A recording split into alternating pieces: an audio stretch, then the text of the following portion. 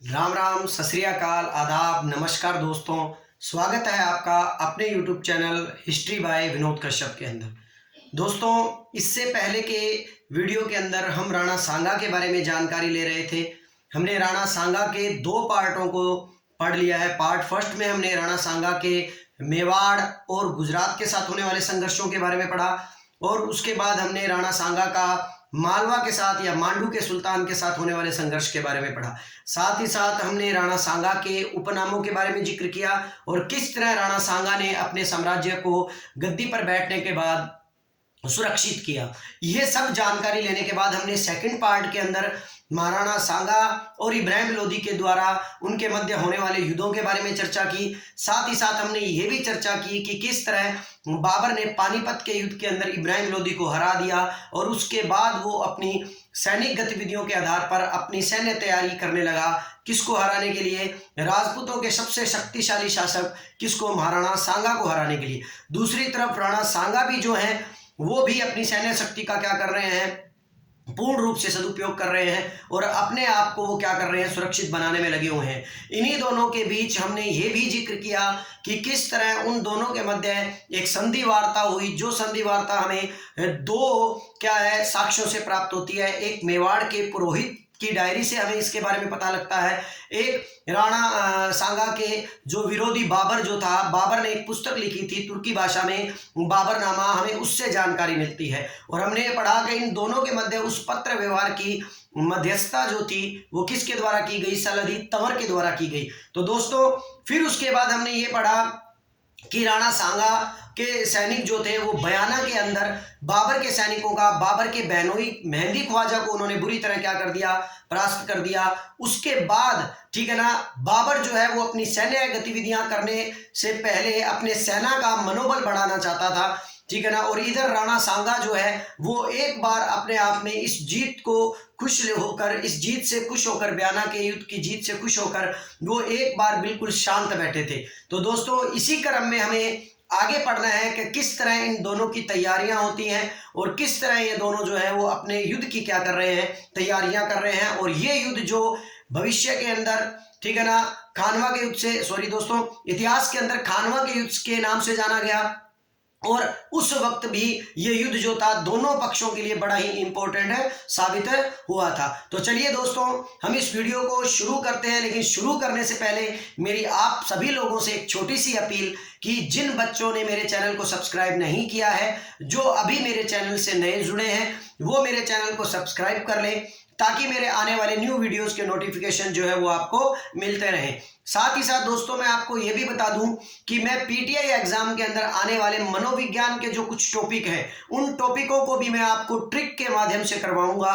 उन टॉपिकों को मैं आपकी जितनी भी कोटेशन आती हैं, जितनी भी परिभाषाएं आती हैं विद्वानों की, आपको बिल्कुल भी जरा भी परवाह करने की जरूरत नहीं है। मैं आपको सेकंड ग्रेड हो, चाहे फर्स्ट ग्रेड हो और चाहे रीट हो, उसकी मनोविज्ञान को मैं आपको ट्रिक के माध्यम से याद करवाने का क्या करूंगा?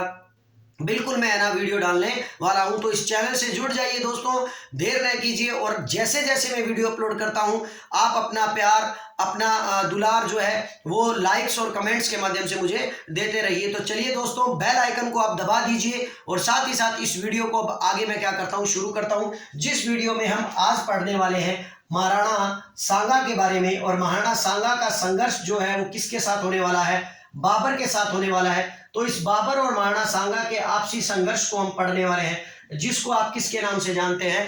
खानवा के युद्ध के नाम से जानते हैं। दोस्तों, पहले की वीडियो में मैंने आपको बताया था कि बयाना के युद्ध के अंदर जब राणा सांगा की सेना हार गई थी, राणा सांगा की सेना जीत गई थी, बाबर की सेना हार गई थी, तो बाबर के मेहंदी ख्वाजा की सेना जब हार गई थी, तो जब वो सैनिक, बचे हुए मुगलिया सैनिक बाबर के पास पहुंचे, दिल्ली पहुंचे, तो उन्होंने बाकी बाबर की सेना के अंदर भी एक डर का माहौल पैदा कर दिया था, जिससे बाबर की सेना जो थी वो बड़ी डर गई थी और वो राजपूतों के विरुद्ध युद्ध नहीं लड़ना चाहती थी। दूसरी बात दोस्तों, केवल ये डर ही नहीं, बल्कि दूसरी तरफ जब बाबर जो है अपने इस हार का बदला लेने के लिए सेना को एकत्रित कर कर लड़ने के लिए आगे जाने लगा, तो बाबर का एक ज्योतिषी था दोस्तों, जो काबुल से बाबर के साथ ही आया हुआ था, ठीक है ना। काबुल का एक दोस्त था, उसका दोस्त था दोस्तों, जो एक ज्योतिषी भी था, जिसका नाम था मोहम्मद शरीफ। दोस्तों ये मोहम्मद शरीफ जो है इसने क्या किया कि बाबर ने जब इससे पूछा तो बाबर ने इस तरफ बाबर की ओर से इसने एक भविष्यवाणी कर दी और उस भविष्यवाणी में ये कहा कि बाबर अभी तेरे ग्रह नक्षत्र जो है वो अनुकूल नहीं चल रहे हैं, ये तेरे प्रतिकूल चल रहे हैं, और अगर इस समय तू राणा सांगा से युद्ध लड़ता है तो 100% तेरी क्या होगी, हार होगी। अर्थात इसका मतलब इस ज्योतिषी ने बाबर को उसकी हार की भविष्यवाणी कर दी थी। तो बाबर एक बात तो समझ गया था कि न तो मेरे सैनिक मेरा साथ दे रहे हैं, साथ ही साथ न ही मेरे ग्रह नक्षत्र मेरा साथ दे रहे हैं। तो बाबर ने अब सबसे पहले अपने सैनिकों के मनोबल को मजबूत करने का निश्चय कर लिया। और आप इसीलिए देखिए दोस्तों, बाबर और राणा सांगा के मध्य जो युद्ध हम खानवा का युद्ध पढ़ते हैं, ठीक है दोस्तों, खानवा का युद्ध, ये खानवा जो है ये वर्तमान में कहां पड़ता है दोस्तों, भरतपुर के अंदर पड़ता है। और ये युद्ध कब हुआ था, 17 मार्च सन 1527 को। और इससे पहले मैंने दोस्तों बयाना का युद्ध के बारे में आपको बताया था। बयाना के युद्ध को याद करने की ट्रिक आपको बताई थी कि अगर आपको खानवा के युद्ध की डेट पता है, और इंपॉर्टेंट युद्ध है इसलिए इसकी डेट पता होती ही होती है, तो आप ऐसा कीजिए, एक एक दिन और एक एक महीना इससे पहले कर दीजिए। 17 से 16 हो जाएगा क्योंकि युद्ध भी एक स्टेप पहले हुआ है। मार्च से एक महीना पहला चले जाएगा फरवरी, तो इसका मतलब उस युद्ध की तिथि जो है वो क्या हो जाएगी, 16 फरवरी 1527 हो जाएगी बयाना के युद्ध की। दोस्तों बयाना के युद्ध के बाद जब ये खानवा का युद्ध लड़ा गया तो इस खानवा के युद्ध की महत्वपूर्ण बात ये थी कि बाबर के सैनिक इस युद्ध को लड़ना नहीं चाहते थे। इसीलिए बाबर के पास सबसे पहला काम था कि इस एक महीने में, क्योंकि दोस्तों देखिए बिल्कुल एक महीने का समय हुआ है, 16 फरवरी 1527 के बाद 17 मार्च 1527 को युद्ध हुआ। एक महीने बाद दोस्तों, एक महीने के अंदर अंदर बाबर ने अपने सैनिकों के मनोबल को मजबूत करने का निश्चय कर लिया था। उसके लिए मैं बाबर के द्वारा किए जाने वाले कुछ कार्यों के बारे में बता रहा हूं दोस्तों। जब उसके सैनिक लड़ने के लिए तैयार नहीं थे, कहते हैं कि मुगलिया सैनिक जो थे जब राजपूतों को लड़ते हुए देखा, उन्होंने राजपूतों के युद्ध कौशल को देखा उन्होंने, और अपने सैनिकों को बताया कि साहब राजपूतों को लड़ना नहीं आता, केवल मरना आता है या मारना आता है, इसीलिए आप क्या है, हम इनसे युद्ध नहीं लड़ेंगे। तो बाबर शायद इस बात को सोचने लगा कि शायद ये जितने भी सैनिक हैं वो इस बात को लेकर युद्ध नहीं लड़ना चाहते, क्योंकि बाबर अत्यधिक शराब पिया करता था और बाबर को लगा कि मेरे अधिक शराब पीने के कारण मैं इस युद्ध का संचालन नहीं कर पाऊंगा ढंग से, और यही रीजन है जिसके कारण मेरे सैनिक मेरी क्या नहीं कर रहे हैं, मेरा साथ नहीं दे रहे हैं। इसीलिए याद रखिएगा, बाबर ने अपने सैनिकों का मनोबल बढ़ाने के लिए सबसे पहले शराब को छोड़ देने का आदेश पारित कर दिया। उसने कहा कि मैंने शराब को छोड़ दिया है, छोड़ने की घोषणा की उसने, याद रखिएगा, शराब को छोड़ने की घोषणा। बाबर ने कहा कि साथियों, मेरे सैनिकों, मैं जानता हूं कि तुम लोग मेरे शराब पीने की आदत से बड़े परेशान हो और आपको लगता है कि मैं शराब पीकर इस युद्ध का संचालन नहीं कर पाऊंगा, तो मैं आप लोगों के सामने ये वचन देता हूं और मैं शराब छोड़ने की क्या करता हूं, घोषणा करता हूं। दोस्तों ये याद रखिएगा, ये शराब छोड़ने की घोषणा जो है ये बाबर ने कब की थी, 25 फरवरी सन 1527 को की थी। अब उसने जब ये घोषणा कर दी और साथ ही साथ अपनी सारी सेना के सामने, पलटन के सामने, ठीक है ना, वहां पर अपने चांदी के जो शराब के बर्तन थे वो तुड़वा दिए, और तुड़वा कर वो बर्तन जो है वो किस में बंटवा दिए, गरीबों के अंदर बंटवा दिए। तब शायद बाबर को लगने लगा कि उसकी सेना जो है वो क्या हो जाएगी, उसके पक्ष में आ जाएगी। लेकिन मुगलिया सेना राजपूतों के युद्ध कौशल से इतनी भयभीत थी कि उन्होंने स्पष्ट कहा कि बाबर चाहे तू शराब पी, चाहे अद्दा पी, चाहे खंबा पी, हमें इससे मतलब नहीं है, लेकिन हम राजपूतों से युद्ध लड़ने के लिए नहीं जाएंगे। मेरा कहने का तात्पर्य है दोस्तों कि सेना के जो सैनिक थे बाबर के, वो लड़ने के लिए बिल्कुल भी तैयार नहीं हुए।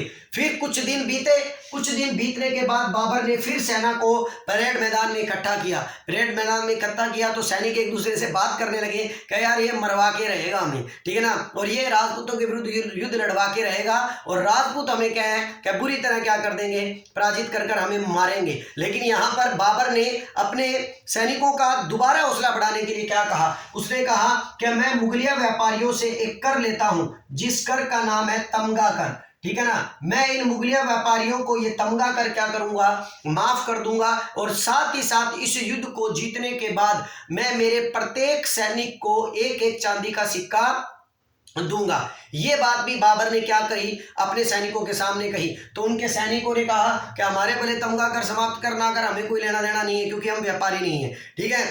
दूसरी बात कि भाई तुम हमें चांदी का सिक्का दोगे क्या, मरने के बाद ये चांदी का सिक्का हमारे काम का है क्या। दोस्तों ये एक और इम्पोर्टेंट बात है, क्योंकि बाबर की जो सेना थी वो काफी लंबे समय से अपने क्या थे, वतन से दूर थे, ठीक है ना, अपनी क्षेत्र से दूर थे, और कहीं ना कहीं उनके परिवार वाले, उनके बच्चे, उनकी बीवियां, उनके सब वो जो थे उनको काफी लंबा वक्त हो गया था उनसे मिले हुए, और यही रीजन था जिनके मन में ये शंका उत्पन्न होने लगी थी कि शायद अब आगे मिल भी नहीं पाएंगे और वो क्या हो जाएंगे, मारे जाएंगे, और वो इसीलिए इस युद्ध को नहीं लड़ना चाहते थे और वापिस क्या करना चाहते थे, लौटना चाहते थे। लेकिन बाबर जो है वो अपने अपमान का बदला लेना चाहता था, बाबर इसी सेना को दोबारा खड़ा करना चाहता था, बाबर इसी सेना के अंदर मनोबल का संचार कर इसी सेना को खानवा के युद्ध के अंदर सांगा के विरुद्ध करना चाहता था, और इसीलिए बाबर ने अपना अंतिम हथियार फेंका और इस युद्ध के अंदर इस युद्ध को किसकी संज्ञा दे दी, जिहाद की संज्ञा दे दी या जिहाद की संज्ञा दे दी। देखिए दोस्तों, जिहाद या जिहाद जो होता है उसको हम धर्म युद्ध कह सकते हैं। तो यहां पर आपको समझना होगा कि अंततः बाबर ने अपना अंतिम पासा फेंका, और अब की बार कुछ दिनों बाद जब दोबारा सेना को इकट्ठा किया, तो सेना को इकट्ठा करने के बाद उसने सेना के हाथ के अंदर कुरान पहना दी, कुरान दिला दी, और कुरान देकर उनको कसम दिलाई कि तुम्हें ये युद्ध लड़ना है और अंत तक, सांस तक लड़ना है, अंतिम सांस तक आपको इस युद्ध के अंदर क्या है, बने रहना है। और ये युद्ध जो है ये एक प्रकार से युद्ध नहीं है, बल्कि क्या है, ये जिहाद है, ये एक धर्म युद्ध है। और इसीलिए क्या है कि बाबर के सैनिक जो है इस युद्ध को लड़ने के लिए क्या हो गए थे, तैयार हो गए थे। दूसरी तरफ दोस्तों, जब ये धर्म युद्ध की या जिहाद का नारा बाबर ने दिया, तो इसी जिहाद के नारे के विपरीत खानवा के युद्ध के से पहले राणा सांगा ने भी धर्म युद्ध की संज्ञा दे दी थी इस युद्ध को, और धर्म युद्ध की संज्ञा दे दी थी, इसीलिए राणा सांगा ने भी राजपूतों को इकट्ठा करने का निश्चय कर लिया, और इसीलिए उन्होंने भी इस खानवा के युद्ध के अंदर एक परंपरा का निर्वहन किया जिसे हम कहते हैं पाती पर्वण परंपरा। ये पाती क्या होती है, चिट्ठी पत्री जैसे हम बोलते हैं, पाती हम बोलते हैं, अर्थात इसका मतलब ये हुआ कि राणा सांगा ने प्रत्येक राजपूत राज्य के आगे ये आह्वान किया, उनको चिट्ठी लिखकर भेजी और उनको ये कहा कि एक विदेशी जाति जो है वो हमारे सीमा पर आकर खड़ी हो चुकी है और वो हमारे प्रदेशों पर आक्रमण करना चाहती है, उसे जीतना चाहती है, और हमें इस विदेशी जाति को भगाने के लिए एकजुट होना पड़ेगा। और इसीलिए उसने प्रत्येक राजपूत रियासत के पास एक चिट्ठी भेजी और उनको इस युद्ध में शामिल होने के लिए क्या किया, आमंत्रित किया, और इसी को हम बोलते हैं पाती पर्वण परंपरा। और यही रीजन है दोस्तों जिसके कारण हम राणा सांगा को ऐसा शासक मानते हैं जिस शासक ने सभी राजपूत जातियों को एक छत्र के नीचे लाकर क्या कर दिया था, खड़ा कर दिया था, और ऐसा करने वाला एकमात्र शासक राणा सांगा था और अंतिम शासक भी राणा सांगा था, क्योंकि इसके बाद सभी राजपूत जातियां एक साथ इकट्ठी होकर क्या नहीं हुई थी, लड़ी नहीं थी। इधर राणा सांगा केवल पाती पर्वण परंपरा के आधार पर ही नहीं बल्कि अपनी सैन्य तैयारियां भी कर रहा था। दूसरी तरफ बाबर जब अपनी सेना के अंदर, दोस्तों बाबर कितना चतुर है, कितना दूरदर्शी है, आप इस चीज को इससे समझिए कि बाबर जब अपनी सेना के अंदर जिहाद का नारा देते हुए, अपनी सेना के अंदर मनोबल बढ़ाते हुए, शराब के बारे में, शराब पुनः पीने की घोषणा करते हुए, ऐसे समय में बाबर अपने कुछ सैनिकों को जो उसके साथ लड़ने के लिए तैयार थे, उन सैनिकों को लेकर वो दूसरी तरफ अपनी सैन्य तैयारियां कर रहा था। और बाबर दूसरी तरफ अपनी सैन्य तैयारियां किस ग्राउंड में कर रहा था, किस मैदान में कर रहा था, खानवा के मैदान में कर रहा था, अर्थात भरतपुर के मैदान में कर रहा था। दोस्तों आपको एक चीज बता दूं कि बाबर अपने हथियार, अपनी तोपखाना, अपनी जो सैन्य पद्धति जो थी वो संपूर्ण रूप से खानवा के युद्ध को देखकर संचालित कर रहा था, संपूर्ण रूप से, क्योंकि उसे मालूम था कहीं ना कहीं वो अपनी सेना को क्या कर लेगा, तैयार है कर लेगा। इसलिए बाबर बहुत पहले से ही खानवा के युद्ध को, खानवा के मैदान को अच्छी तरह भली भांति समझ चुका था, अच्छी तरह देख चुका था, और उसे मालूम था मुझे किस तरह युद्ध लड़ना है और मुझे इस युद्ध में किस तरह संचालन है करना है। लेकिन दूसरी तरफ यहाँ पर राणा सांगा की आप बेवकूफी मानोगे या यहाँ राणा सांगा जो है थोड़ा सा ढीला ढाला शासक मानोगे कि जिसने, इतिहासकार ये कहते हैं कि जिसने जिस वक्त बाबर की सेना के अंदर भय था, आतंक था, उसी वक्त राणा सांगा को क्या करना चाहिए था, दिल्ली या आगरा की तरफ आक्रमण कर देना चाहिए था या बाबर के विरुद्ध अपना सैन्य अभियान भेजना चाहिए था, क्योंकि डरी हुई बाबर की सेना कभी भी किसके साथ नहीं लड़ती, राणा सांगा के साथ है नहीं लड़ती। इसीलिए आपको ये जानना होगा कि यहाँ पर सांगा की कुछ कमियां भी मानी जाती हैं, जिन कमियों के चलते सांगा जो है वो खानवा के युद्ध के अंदर क्या हो गया था, हार गया था। देखिए दोस्तों, यहाँ पर अब बाबर जो है खानवा के अंदर पहले से ही तैयारियां कर रहा है। अपनी तोपों की स्थिति को उसने अच्छी तरह देख लिया था, कहाँ तोपें लगानी है, कहाँ बंदूकधारियों को लगाना है, कहाँ तीरंदाजियों को लगाना है, किस प्रकार आकर सेना को खड़ा करना है। जबकि दूसरी तरफ जब ये युद्ध की घोषणा हो गई थी कि बाबर एक बड़ी सेना लेकर खानवा के मैदान में आकर खड़ा हो गया है, दूसरी तरफ राणा सांगा इस खानवा के मैदान में कब आया दोस्तों, 13 मार्च को, 13 मार्च सन 1527 को। देखिए दोस्तों, एक वो व्यक्ति जो लगातार 1 महीने से युद्ध की तैयारियां कर रहा है, लगातार युद्ध को करने के लिए किस तरीके से रणनीति बना रहा है, तो दूसरी तरफ राणा सांगा जो 13 मार्च को खानवा के मैदान के अंदर पहुंचते हैं। तो आप सोच के देखिए दोस्तों, क्या कोई व्यक्ति 4 दिनों में, क्योंकि 13 के में अंदर पहुंचा है, 14, 15 और 16 और 17 को ये युद्ध सुबह 9 बजे या 9:30 बजे ये युद्ध क्या हो गया था, शुरू हो गया था। 9 बजे आता है वैसे, लेकिन 9:30 बजे भी कहीं इसका टाइमिंग आता है। तो ये युद्ध शुरू हो गया था, तो इसका मतलब केवल 3 दिन मिले उन्हें। तो 3 दिनों के अंदर वो ढंग से रणनीति नहीं बना पाए, और यही रीजन था कि इस युद्ध के अंदर राजपूतों की सेना जो है, उस सेना को केवल भीड़ का नाम दिया गया है। जबकि हम बाबर की सेना को अनुशासित सेना कह सकते हैं। क्यों? क्योंकि बाबर की जो सेना थी वो अनुशासित थी, ठीक है ना, अनुशासित तरीके से, अनुशासन के तरीके से उसने अपनी सेना का गठबंधन किया था। इसीलिए एक तरफ भीड़ लड़ी, अर्थात सैन्य संचालन ज्यादा था, सैन्य संख्या ज्यादा थी, लेकिन सैन्य संचालन जो उम्दा था वो किसका था, बाबर का था। इसीलिए कई इतिहासकार इस युद्ध को भीड़ और अनुशासित का युद्ध भी बोल देते हैं कि ऐसा युद्ध बताइए जिसके अंदर एक तरफ राजपूतों की भीड़ और दूसरी तरफ अनुशासित मुगलों की सेना लड़ी। तो आप क्या बोल सकते हैं, उस युद्ध को खानवा का युद्ध बोला जाता है। तो दोस्तों, राणा सांगा के पास रणनीति बनाने का समय नहीं था, और इसी वजह से इसके विपरीत बाबर जो है वो पूर्ण रूप से अपनी योजना बना रहा था, पूर्ण तरीके से युद्ध को लड़ने के लिए क्या था, तैयार था। तो चलिए दोस्तों, अब हम इस युद्ध को क्या करते हैं, शुरू करते हैं, और इस युद्ध को शुरू करते हुए हम इस युद्ध के अंदर आने वाले अनेक जानकारियां क्या करते हैं, प्राप्त करते हैं। चलिए दोस्तों, अब हम बात करेंगे कि किस तरह बाबर जो है, बाबर इस युद्ध को लड़ रहा है, और किस तरह राणा सांगा इस युद्ध को लड़ रहा है। दोस्तों, सबसे पहले हमें राणा सांगा के बारे में बात बताऊंगा आपको, और वो बात ये बताऊंगा कि याद रखिएगा, खानवा का जो मैदान है दोस्तों, ये खानवा का मैदान भरतपुर में पड़ता है। भरतपुर के अंदर एक रूपवास तहसील है, उस रूपवास तहसील के अंदर गंभीरी नदी के किनारे पर है, ध्यान रखिएगा। इसका मतलब खानवा का युद्ध किस नदी के किनारे पर लड़ा गया है, गंभीरी नदी के किनारे पर लड़ा गया है, या गंभीर नदी के किनारे पर क्या किया गया, लड़ा गया है। अब हम बात कर रहे हैं कि जब राणा सांगा ने पाती पर्वन परंपरा का इस्तेमाल किया था, तो उस दौरान राणा सांगा के पक्ष में अनेक शासक आकर क्या हो गए थे, मतलब ना खड़े हो गए थे। उनमें राणा सांगा के अनेक शासकों के अंदर हम उनके एक एक कर नाम पढ़ते हैं, जिसमें उसका एक सबसे इंपॉर्टेंट व्यक्ति था, जिसका नाम था, उसका पुत्र था, जिसका नाम था भोजराज। दोस्तों, ये वही भोजराज है जो इस युद्ध मैदान में लड़ते हुए वीर गति को प्राप्त हो जाएगा। साथ ही साथ ये वही भोजराज है जिसकी पत्नी जो थी वो मीराबाई थी, और ये वही मीराबाई है जिसके गुरु रैदास थे। और भक्ति परंपरा के आधार पर, भक्ति आंदोलन के आधार पर हम उस मीरा का नाम क्या करते हैं, सुनते हैं। अर्थात मीरा राणा सांगा की बहू थी, और वो उसके पुत्र भोजराज की क्या थी, पत्नी थी। और भोजराज इसी युद्ध के अंदर लड़ते हुए वीर गति को क्या हो गया था, प्राप्त हो गया था। चलिए, हम बात कर रहे हैं भोजराज की, साथ ही साथ हम बात कर रहे हैं आमेर के शासक पृथ्वीराज कछवाहा की, क्योंकि इस युद्ध के अंदर राणा सांगा की तरफ से लड़ने के लिए कौन आया था, आमेर का शासक पृथ्वीराज कछवाहा आया था। दूसरी हम बात करें तो याद रखिएगा, मारवाड़ से जो लड़ने के लिए शासक आया था वो कौन था, मालदेव था। यहां पर आपको मैं एक ब्रैकेट में नाम लिख देता हूं दोस्तों कि शासक गांगा था, लेकिन लड़ने मालदेव आया था। इसके बारे में अभी जिक्र करेंगे, पहले आप इसके बारे में क्या कर लीजिए, पूरी जानकारी को लिख लीजिए। बीकानेर की तरफ से लड़ने के लिए कौन आया था, कल्याणमल, ठीक है ना दोस्तों। बीकानेर की तरफ से कौन आया था, कल्याणमल लड़ने के लिए आया था। चलिए नेक्स्ट, उसके बाद आगे बात करते हैं कि और शासक कौन कौन से हैं। देखिए, यहां पर सिरोही का अखेराज दूधा भी आया था, अखेराज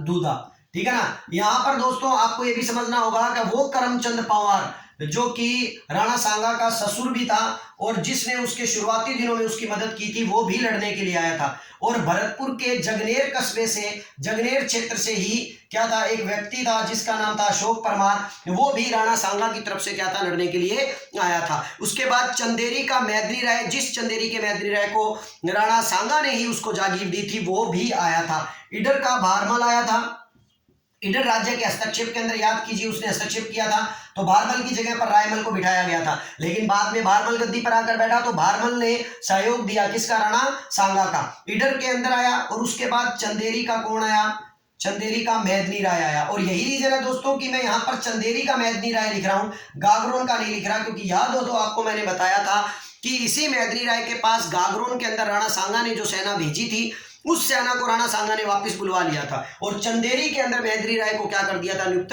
कर दिया था। और यही रीजन था कि इस युद्ध के बाद 1527 के बाद बाबर जो है बचे हुए राजपूतों को मारने के लिए या राजपूतों की शक्ति को नष्ट करने के लिए 1528 में वो किसके खिलाफ गया, मेदिनी राय के खिलाफ गया। और उसने कौन सा युद्ध लड़ा, चंदेरी का युद्ध लड़ा। तो ये भी याद रखिएगा दोस्तों, बाबर ने अगला आक्रमण जो है वो किस पर किया है, मेदिनी राय पर किया है, जो 1528 के अंदर चंदेरी के आक्रमण के नाम से क्या किया जाता है, जाना जाता है। दूसरी बात दोस्तों, डूंगरपुर का एक शासक था जिसका नाम था उदय सिंह। तो डूंगरपुर का उदय सिंह भी किसकी तरफ से लड़ने के लिए आया था, राणा सांगा की तरफ से लड़ने के लिए आया था। अब मैं नाम लिखकर नहीं बल्कि आपको थोड़ा बोलकर बता देता हूं। सलम्बूर का ठाकुर था, सलम्बूर का रावत था रतन सिंह चूड़ावत। याद रखिएगा दोस्तों, ये नाम बड़ा इंपॉर्टेंट है, रतन सिंह चूड़ावत, रतन सिंह चूड़ावत। ये नाम इंपॉर्टेंट क्यों है, इसके बारे में मैं आगे आपको थोड़ा सा जिक्र करूंगा। रतन सिंह चूड़ावत जो सलम्बूर का रावत था, ये भी राणा सांगा की तरफ से लड़ने के लिए आया था। मेवात का हसन खां मेवाती था। याद रखिएगा दोस्तों, ये नाम भी दूसरा इंपॉर्टेंट नाम है, हसन खां मेवाती। हसन खां मेवाती मेवात से था, ठीक है ना। और ये भी राणा सांगा की तरफ से लड़ने के लिए आया था। और याद रखिएगा दोस्तों, राणा सांगा का एकमात्र मुस्लिम सेनापति हसन खां मेवाती को माना जाता है। दूसरी बात कि याद रखिए, इब्राहिम लोदी को बाबर ने पानीपत के प्रथम युद्ध में हरा दिया था, इसीलिए इब्राहिम लोदी का भाई महमूद लोदी भी राणा सांगा की मदद से दिल्ली की गद्दी पर बैठना चाहता था। इसीलिए इस युद्ध के अंदर राणा सांगा का साथ देने के लिए कौन आया, महमूद लोदी भी आया। तो महमूद लोदी ने भी राणा सांगा का क्या दिया था, साथ दिया था। महमूद लोदी के अलावा नागौर का खानजादा शासक था जो कि विश्वासघाती था, बाद में आगे चलकर वो भी राणा सांगा की तरफ से लड़ा, नागौर का खानजादा, ठीक है ना। यहां पर मैं इस पर स्टार लगा देता हूं ताकि आपको पता लग जाए। दूसरा व्यक्ति जो था जिसका नाम था रायसीन का सरदार जो था, रायसीन का, ठीक है ना, जिसके बारे में हम पहले भी बात कर चुके हैं, सिलहदी तंवर या सलहदी तंवर, ये भी विश्वासघाती था, ठीक है ना। इसके बारे में बात करेंगे, ये क्यों विश्वासघाती था। नागौर का खानजादा, रायसीन का कौन आया, सलहदी तंवर आया, गोगुंदा का झाला सज्जा आया। याद रखिएगा दोस्तों, झाला सज्जा ये गोगुंदा का था, ठीक है ना। अब बात करेंगे झाला अज्जा की, तो एक आया झाला अज्जा, ये झाला अज्जा छोटी सादड़ी से था, तो एक आया झाला अज्जा। और झाला अज्जा भी बड़ा इंपॉर्टेंट व्यक्ति है जिसके बारे में हम नेक्स्ट जानकारी में फैक्ट लेंगे। तो याद रखिएगा, सादड़ी का झाला अज्जा आया जो इस युद्ध में मारा गया था। ये लोग जो थे दोस्तों, और भी काफी लोग हैं, मेड़ता का रायमल राठौड़ आया, वीरमदेव मेड़तिया आया, करमचंद पंवार आया, न जाने दोस्तों कितनी संख्या है। यहां पर मैं आपको बता दूं, कर्नल जेम्स टोड ये कहता है कि इस युद्ध में सांगा की तरफ से सात उच्च कोटि के, 7 उच्च श्रेणी के शासक लड़ रहे थे। दूसरी बात, 9 राव लड़ रहे थे और 104 छोटे मोटे सरदार लड़ रहे थे। देखिए दोस्तों, 7 तो उच्च कोटि के शासक थे, ठीक है ना, जिनमें एक नाम आता है आमेर के कछवा शासक का, पृथ्वीराज कछवा का, एक नाम आता है मालदेव का, एक नाम आता है कल्याणमल का, एक नाम आता है अक्के राजदूदा का, एक नाम आता है अशोक परवार का और एक नाम आता है करमचंद पंवार का। मेदिनी राय भी शासक था लेकिन वो सूबेदार के रूप में, सामंत के रूप में माना जाता है। 9 राव लड़ रहे थे, 104 छोटे मोटे सरदार लड़ रहे थे। दोस्तों ये गणना कर्नल जेम्स टोड ने बाबरनामा को देख कर दी है, क्योंकि बाबर ने बाबरनामा में सेम यही चीजें कही हैं। 7 उच्च श्रेणी के साथ सांगा की तरफ से लड़ रहे थे, 9 राव लड़ रहे थे, 104 छोटे सरदार लड़ रहे थे। इसी वजह से कर्नल जेम्स टोड उस बात को क्या करता है, आगे अपनी पुस्तक the annals and antiquities of Rajasthan के अंदर क्या करता है, बयान करता है इस युद्ध के बारे में। दूसरी बात दोस्तों, यहां पर इतनी बड़ी भीड़ और बाबर के पास अगर हम बात करें तो बाबर के पास इंपॉर्टेंट अगर कोई बात करें तो केवल उसके 2 तोपची, जिनके बाद नाम मैंने आपको पहले बताए थे, मुस्तफा और उस्ताद अली। और बाबर के पास सबसे 2 इंपॉर्टेंट चीजें थी, एक तो था तोपखाना और साथ में थी बंदूकें, ठीक है ना, जो कि कभी भी हिंदुस्तान के अंदर राजपूताना में कभी इस्तेमाल में नहीं हुई थी। राजपूताना में पहली बार यदि बारूद का प्रयोग या तोपखाने का प्रयोग हुआ था तो वो याद रखिएगा खानवा के युद्ध के अंदर हुआ था, क्योंकि खानवा भी भरतपुर में है और इससे पहले बाबर ने राजपूताना में कोई युद्ध नहीं लड़ा था। तो इसलिए याद रखिए दोस्तों, भारत की बात नहीं कर रहा मैं बात कर रहा हूं राजपूताना के अंदर सर्वप्रथम पहली बार बारूद का प्रयोग किसने किया? बाबर ने किया। किस युद्ध में किया? खानवा के युद्ध में किया। लेकिन भारत की बात करेंगे तो याद रखिएगा भारत के अंदर पहली बार बाबर ने प्रयोग जो है वो कहां किया था? ठीक है ना, ये पानीपत के युद्ध के अंदर किया था। लेकिन अगर हम बात करें कि बाबर ने पहली बार प्रयोग कब किया, तो भेरा के आक्रमण के अंदर बाबर ने बारूद का प्रयोग किया था, ये भी याद रखिएगा। तो तोपखाना और बंदूकें, और दूसरी आपको मैंने बताया था बाबर के पास सबसे इंपॉर्टेंट नीति थी और वो क्या थी? तुगलमा नीति। ये तुगलमा नीति क्या होती है दोस्तों? अब मैं आपको बताता हूं। तुगलमा नीति के अंदर क्या होता है कि दाएं और बाएं से एक सेना की टुकड़ी निकलती है और दाएं और बाएं से सेना की छोटी छोटी दो टुकड़ियां निकलकर वो शासक के पीछे की ओर चली जाती है। और अब इस तरह क्या होता है कि शासक के ऊपर आगे से भी आक्रमण होता है और जो दाएं और बाएं से जो छोटी छोटी दो टुकड़ियां निकली थी और वो जो शासक के पीछे जाकर खड़ी हो गई थी वो पीछे से भी आक्रमण करती है। इस पद्धति को हम बोलते हैं तुलुगुमा पद्धति या तुगलुमा पद्धति। और बाबर इस पद्धति का प्रयोग किस युद्ध में करने वाला था? खानवा के युद्ध में करने वाला था। दोस्तों इस तरह इस युद्ध के अंदर घमासान मुकाबला होने वाला था। लेकिन यहां पर बाबर की एक बड़ी इंपॉर्टेंट बात थी कि बाबर घोड़े पर लड़ रहा था जबकि राणा सांगा हाथी पर लड़ रहा था, और ये उसकी सबसे बड़ी मतलब ना कमजोरी मानी जा सकती है। हुआ भी यही कि इस युद्ध के अंदर राणा सांगा जिस वक्त हाथी पर बैठा था और बाबर को लगा कि मैं इस युद्ध को नहीं जीत पाऊंगा, युद्ध आपस में जब होने लगा, ऐसी स्थिति के अंदर बाबर ने एक ही ख्याल आया, क्यों ना मैं राजा को ही क्या कर दूं, इस शतरंज के खेल से हटा दूं, अर्थात राणा सांगा को ही ढेर कर दूं। इसलिए राणा सांगा के ऊपर उसने एक निशानची को बुलाकर उसके ऊपर तीर चलवाया, जो तीर राणा सांगा की आंख में लगा और राणा सांगा उस तीर के कारण बेहोश होकर नीचे गिर गए। और बाबर ने मैदान के अंदर ये झूठी अफवाह फैलानी शुरू कर दी, अर्थात ये जोर जोर से डफली बजाता हुआ एक आदमी जोर जोर से चिल्लाने लगा कि बाबर ने ये कहलवा दिया था कि जोर जोर से चिल्लाना कि सांगा मारा गया, सांगा मारा गया।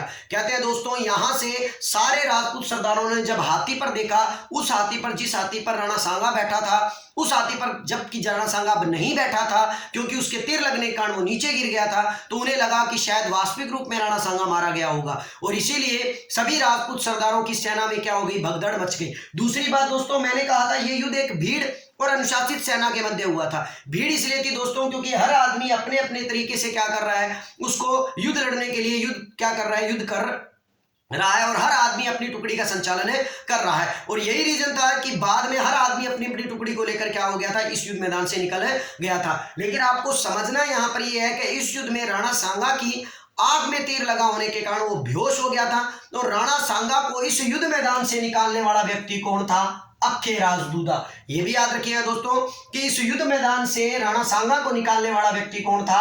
अक्खे राजदूदा। और अक्खे राजदूदा राणा सांगा को यहां से निकालकर, खानवा से निकालकर वो कहां ले आया? बसवा दोसा में ले आया। बसवा जो क्षेत्र है दोस्तों वो कहां पड़ता है? तो दोसा के अंदर पड़ता है और उसका प्राथमिक उपचार किया गया। चलिए दोस्तों हम एक बार इस कहानी को आगे पढ़ते हैं, लेकिन अभी यहां पर जानकारी लेते हैं। दोस्तों मैंने यहां कहा कि मालदेव यहां पर खानवा के युद्ध में लड़ने के लिए आया था। दोस्तों उस वक्त मालदेव मारवाड़ का शासक नहीं था। आपको याद रखना पड़ेगा उस वक्त मालदेव जो था वो केवल पुत्र था गांगा का, और उस वक्त मारवाड़ का शासक जो था वो कौन था? राव गांगा था, उसके पिता थे। इसी तरह बीकानेर का भी कल्याणमल उस वक्त क्या नहीं था दोस्तों? शासक नहीं था। तो बीकानेर की तरफ से कल्याणमल लड़ने के लिए आया, लेकिन उसका नाम लिया जाता है। ठीक है दोस्तों, तो ये याद रखिएगा। अब मैंने बात बताई थी कि आप रतन सिंह चुड़ावत का नाम याद रखिएगा। रतन सिंह चुड़ावत का नाम क्यों याद रखिएगा ये सुनिए। जब इस युद्ध में राणा सांगा को बाहर लेकर जाने की बात आई और राणा सांगा की जगह पर राणा सांगा के मतलब ना छत्र किसी को धारण करवाने की बात आई, तो हम ये पढ़ते हैं कि राणा सांगा के छत्र धारण किसने किए? झाला अज्जा ने किए। बिल्कुल सही है दोस्तों, झाला अज्जा ने ही राणा सांगा के छत्र धारण किए थे। लेकिन आपको समझना ये है दोस्तों कि झाला अज्जा से पहले इस छत्र को धारण करने का क्या काम किसको दिया था? रतन सिंह चुड़ावत को दिया था। रतन सिंह चुड़ावत को ये कहा कि आप राणा सांगा के छत्रों को क्या कर लीजिए, धारण कर लीजिए, ताकि मुगलिया सेना जो है इस छत्र से राणा सांगा समझे और राणा सांगा समझकर उस पर आक्रमण करे। लेकिन कहते हैं रतन सिंह चुड़ावत ने राणा सांगा के राजकीय चिन्ह और छत्र धारण करने से मना कर दिया। क्यों कर दिया? क्योंकि रतन सिंह चुड़ावत दोस्तों उस कुंवर चूड़ा के वंशज थे, जिस कुंवर चूड़ा ने हमेशा ये शपथ खाई थी, ये शपथ ली थी, याद करिए, राणा मतलब मुगल के काल के अंदर, राणा लाखा के काल के अंदर, कि जिसने कहा था कि हम कभी भी मेवाड़ की गद्दी पर शासन करने के लिए, कभी भी मेवाड़ की गद्दी को लेकर हम कभी भी संघर्ष नहीं करेंगे, और ना ही मैं मेवाड़ की गद्दी पर बैठूंगा और ना ही इसके वंशज मेवाड़ की गद्दी पर बैठेंगे। इसीलिए रतन सिंह चुड़ावत ने इस वचन को पूरा रखने के लिए इसके कहा गया छत्र धारण नहीं किए, राजकीय छत्र धारण नहीं किए, और बाद में वो छत्र किसको धारण करवाए गए? झाला अज्जा को। यहां पर रतन सिंह चुड़ावत दोस्तों क्या कहता है जानते हो?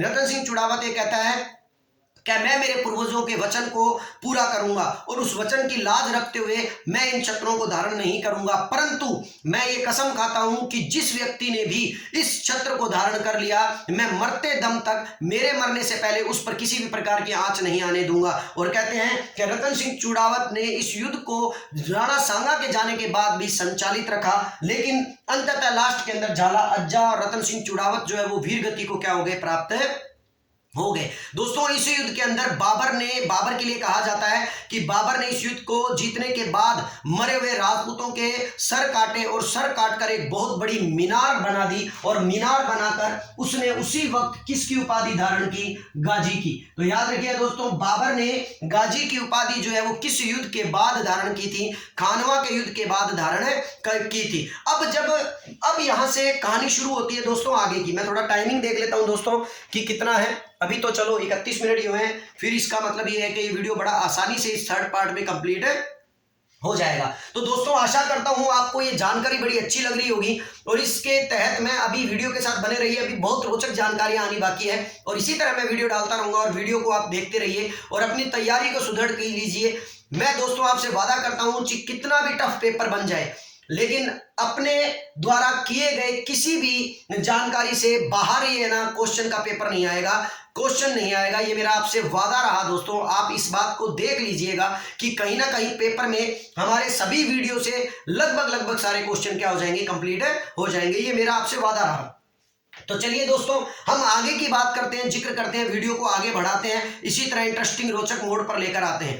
दोस्तों इस युद्ध में जब सांगा को, घायल राणा सांगा को, मैं इसे थोड़ा साफ कर देता हूं दोस्तों, घायल राणा सांगा को इस युद्ध के अंदर राव दूधा कहां ले आते हैं? बसवा ले आते हैं। बसवा दोसा के अंदर उसका इलाज करवाया जाता है। बसवा दोसा के अंदर राणा सांगा दोबारा खड़े होते हैं, और खड़े होने के बाद बसवा दोसा के अंदर वो इस युद्ध का हाल पूछते हैं और इस युद्ध के बारे में पूछते हैं, ठीक है ना। और युद्ध के बारे में जब उन्हें यह बताया जाता है कि इस युद्ध को हम क्या हो चुके हैं? हार चुके हैं, और आपके बेहोश हो जाने के कारण हम आपको इस युद्ध से बाहर निकालना पड़ा। तो कहते हैं राणा सांगा जो है वो अपने सरदारों को बड़ा भरा बुरा कहते हैं, और ये कहते हैं कि आपको मुझे उस युद्ध मैदान से नहीं निकालना चाहिए था, मैं उस युद्ध मैदान में रहता तो शायद चाहे बेहोश ही था, लेकिन राजपूत सरदार जो थे उस युद्ध मैदान में बने रहते, और कहीं ना कहीं अंततः बाबर की क्या हो जाती? पराजय हो जाती। लेकिन अब जो हो चुका था वो तो एक अलग बात थी। लेकिन यहां पर दोस्तों ये भी याद रखिएगा कि इस बसवा दोसा के अंदर कुछ समय गुजारने के बाद राणा सांगा जो है वो कहां आ गए? रणथंभौर आ गए। क्योंकि आपको यह भी ध्यान रखना चाहिए दोस्तों कि रणथंभौर जो दुर्ग है, इसी रणथंभौर दुर्ग के अंदर घायल राणा सांगा का क्या किया गया था? इलाज किया गया था। और ये रणथंभौर दुर्ग राणा सांगा ने अपने जीवन में अपनी रानी कर्मावती को दिया हुआ था, ठीक है ना दोस्तों। और इसी दुर्ग को रानी कर्मावती ने बाबर को दे दिया था, केवल इसलिए कि बाबर मेवाड़ की तरफ कभी भी क्या न करे? आंख न उठाए। क्योंकि मैंने आपको इसी वीडियो में यह बात बताई थी कि पहले रणथंभौर के दुर्ग के ऊपर, खंडार के क्षेत्रों के ऊपर ठीक था, इब्राहिम लोदी का अधिकार था, दिल्ली सल्तनत का अधिकार था, और इसीलिए रानी कर्मावती ने यह क्षेत्र वापस दिल्ली सल्तनत को दे दिया, अर्थात बाबर को दे दिया। और बाबर ने कभी चित्तौड़ की तरफ क्या नहीं किया, या मेवाड़ की तरफ क्या नहीं किया? नजर नहीं उठाई। तो दोस्तों रणथंभौर दुर्ग लाया गया, वहां पर उसका इलाज करवाया गया। अब मुद्दा था रणथंभौर दुर्ग आने के बाद सांगा ने कसम खाई, और कसम ये खाई कि जब तक मैं बाबर से अपने इस हार का बदला नहीं ले लेता, जब तक मैं इस युद्ध के अंदर बाबर को हरा नहीं देता, ठीक है ना, तब तक मैं चित्तौड़ वापस नहीं जाऊंगा। इसलिए देखिए, याद रखिए दोस्तों कि राणा सांगा जो है वो चित्तौड़ नहीं गए, ठीक है ना, वो कालपी गए, अन्य क्षेत्रों की तरफ गए। दूसरी बात, एक और बड़ी इंपॉर्टेंट बात दोस्तों, राणा सांगा ने इसी युद्ध के बाद, खानवा के युद्ध के बाद यह कसम खाई कि जब तक मैं बाबर को हरा नहीं लेता तब तक मैं एक तो चित्तौड़ वापस नहीं जाऊंगा, दूसरी बात यह कि मैं मेरे सर पर कभी भी पगड़ी नहीं बांधूंगा, पगड़ी तब तक धारण नहीं करूंगा जब तक कि मैं बाबर को क्या नहीं कर देता, हरा नहीं देता। तो इसलिए आप इसका स्क्रीनशॉट ले लीजिए दोस्तों। फिर हम उसके बाद आगे जानकारी लेते हैं, आगे की तरफ हम आगे बढ़ते हैं कि आगे क्या नॉलेज आने वाला है। चलिए दोस्तों, अब मुद्दा ये था कि बाबर जो है, बाबर के द्वारा इंपॉर्टेंट बात ये थी कि बाबर के द्वारा अब इस युद्ध को जीता जा चुका था और इधर राणा सांगा जो है बाबर के खिलाफ दोबारा तैयारियां करने में लगे हुए हैं और सांगा अपने सरदारों को, ठीक है ना, इकट्ठा करने में लगे हैं। सांगा ने दोबारा अपने सरदारों को पत्र लिखा और पत्र लिखकर बाबर के खिलाफ दोबारा अभियान करने के लिए उनको क्या किया, तैयार किया। दूसरी तरफ खानवा के युद्ध के बाद राजपूतों की बची खुची शक्ति जो थी उसको नष्ट करने के लिए बाबर किधर की तरफ निकल रहा था, चंदेरी की तरफ। दोस्तों आपको यहां समझना होगा कि चंदेरी का युद्ध जो है वो 1528 में हुआ है और बाबर के सांगा की मृत्यु भी कब हुई है, 1528 में हुई है। तो अब आप इस चीज को थोड़ा समझिए कि चंदेरी का युद्ध 1528 के अंदर, अब बाबर जो है बची हुई राजपूतों की शक्ति को समाप्त करने के लिए कहां जा रहा है, ठीक है ना, चंदेरी की तरफ। और एक और इंपॉर्टेंट बात याद रखना, इसी युद्ध के अंदर राणा सांगा ने क्या था कि भरतपुर के अशोक परमार को लड़ते हुए देखा था, जो कि बहुत ही ताकतवर तरीके से लड़ा था और जिसने बड़ा ही तकड़ा शक्ति का प्रदर्शन किया था। इसीलिए राणा सांगा अशोक परमार से खुश हुआ था और अशोक परमार से खुश होकर उसने उस अशोक परमार को किसकी जागीर दी थी, उपरमाल की जागीर दी थी, अर्थात बिजोलिया की जागीर दी थी। इसीलिए आप जब बिजोलिया किसान आंदोलन पढ़ते हो तो उसके अंदर आप ये जानकारी लेते हो कि बिजोलिया ठिकाने का संस्थापक कौन था, अशोक परमार। तो ये राणा सांगा के द्वारा दी ही जागीर थी, ठीक है ना, अशोक परमार को। इसीलिए उस बिजोलिया ठिकाने का संस्थापक किसे कहा जाता है, अशोक परमार को कहा जाता है। चलिए दोस्तों, चंदेरी का युद्ध 1528 जो कि मैदिनी राय और बाबर के मध्य हुआ। अब सुनिए, इधर बाबर जो है राजपूतों की बची हुई शक्ति को नष्ट करना चाहता है और वो किधर की तरफ निकल रहा है, चंदेरी की तरफ। और इस बात का राणा सांगा को पता है कि बाबर जो है वो अपनी सेना को लेकर किधर की तरफ निकल रहा है, चंदेरी की तरफ निकल रहा है, मैदिनी राय के खिलाफ। इसीलिए सांगा ने अपने सारे राजपूत सरदारों को पत्र लिखा और पत्र लिखकर उनको इकट्ठा किया और राणा सांगा इधर से अपनी एक सेना लेकर वो किधर पहुंच गया, इरिच के मैदान में पहुंच गया। इरिच के मैदान में, ये इरिच का मैदान जो है दोस्तों ये एमपी के अंदर एक क्षेत्र है जिसका नाम है कालपी, उस कालपी के अंदर पड़ता है। और ये एमपी याद रखिएगा, ये कालपी जो है वो कहां पड़ता है, एमपी में। और इरिच के मैदान में वो आकर क्या हो गया, खड़ा हो गया और वो बाबर का इंतजार करने लगा कि मैदान में पहुंच पर राजपूत सरदारों को उसने इकट्ठा किया।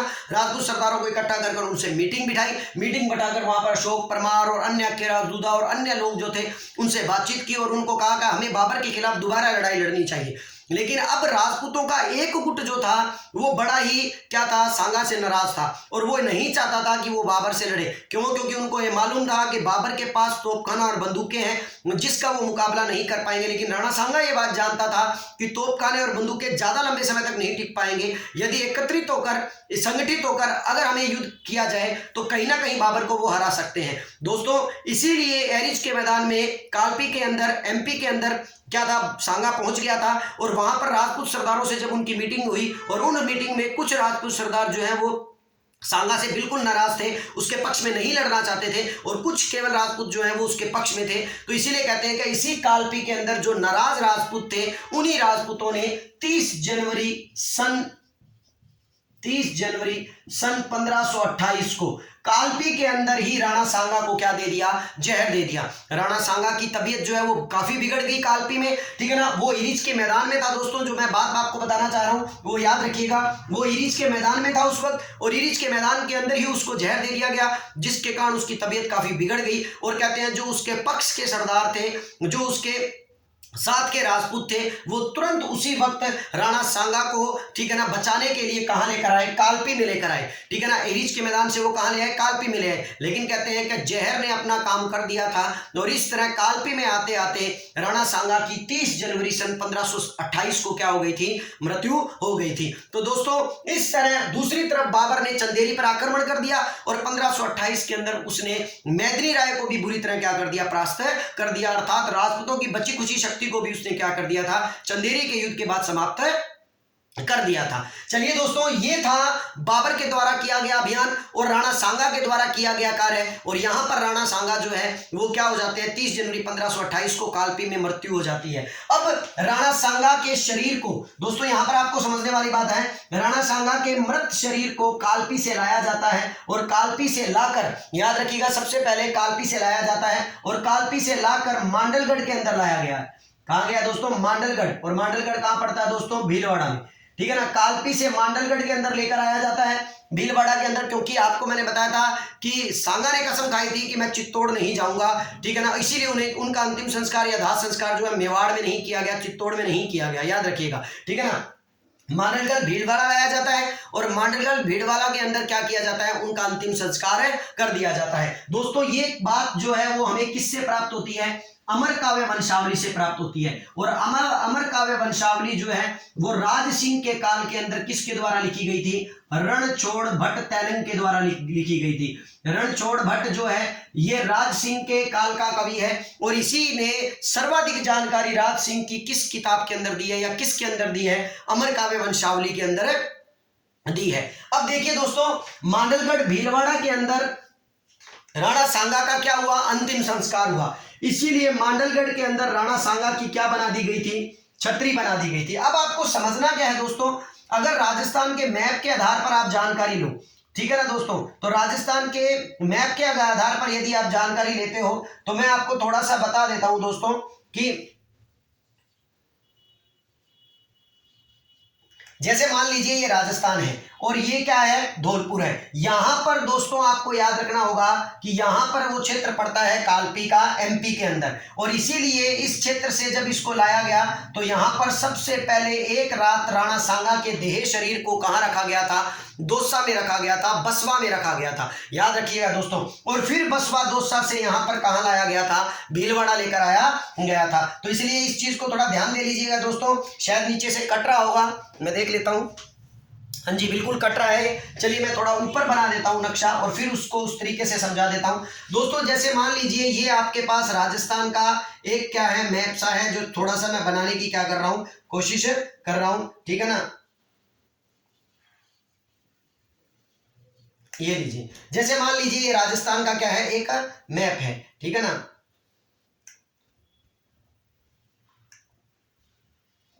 ये लीजिए। अब दोस्तों यहां पर ये एमपी का क्षेत्र है, ठीक है ना, और ये पूरे का पूरा एमपी का क्षेत्र है। तो यहां पर कालपी पड़ता है, जिसके कारण पहले दौसा में लाया गया और फिर उसके बाद दौसा के बाद कहां लाया गया, भीलवाड़ा लाया गया।